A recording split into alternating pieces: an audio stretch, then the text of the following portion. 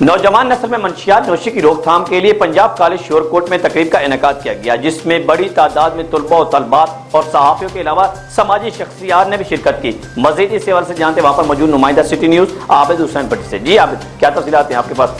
جی، میں اس وقت پنجاب کالج شور کوٹ شہر میں موجود ہوں۔ یہاں پر آج پولیس کے زیر اہتمام ایک سیمینار کا انعقاد ہوا ہے، جس کا مقصد یہ تھا کہ نوجوان طلبہ میں جو آج منشیات کے حوالے سے ایک بہت بڑا ایشو اٹھ رہا ہے، اس سے پاک معاشرہ کیا جائے۔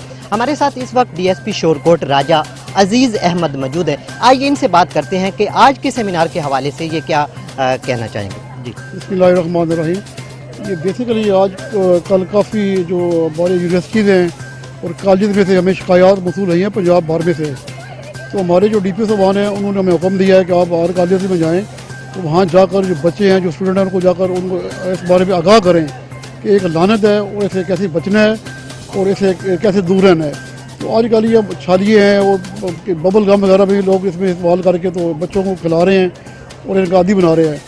تو ہمارا مین مقصد یہی تھا کہ ہم کالج میں جائیں اور بچوں کو جا کر سمجھائیں کہ آپ ان چیزوں سے بچیں اور منشیات سے دور رہیں، تاکہ یہ ہمارا ہی مستقبل ہے۔ یہ کل انہوں نے ملک سنبھالنا ہے، تو ہم ان کو ان کے پاس جا کر ان کی ہیلپ کریں اور ان کو اس بارے میں آگاہ کریں۔ جی بالکل، راجہ عزیز احمد صاحب کا یہی کہنا ہے کہ ہمارا مقصد یہی ہے کہ ہم طلبہ میں یہ شعور پیدا کریں کہ وہ اس منشیات کی لعنت سے بچیں، اور چونکہ یہ پاکستان کا مستقبل ہے اور اگر یہ اپنے آپ کو اس سے بچائیں گے تو یقیناً ہمارا مستقبل روشن ہوگا۔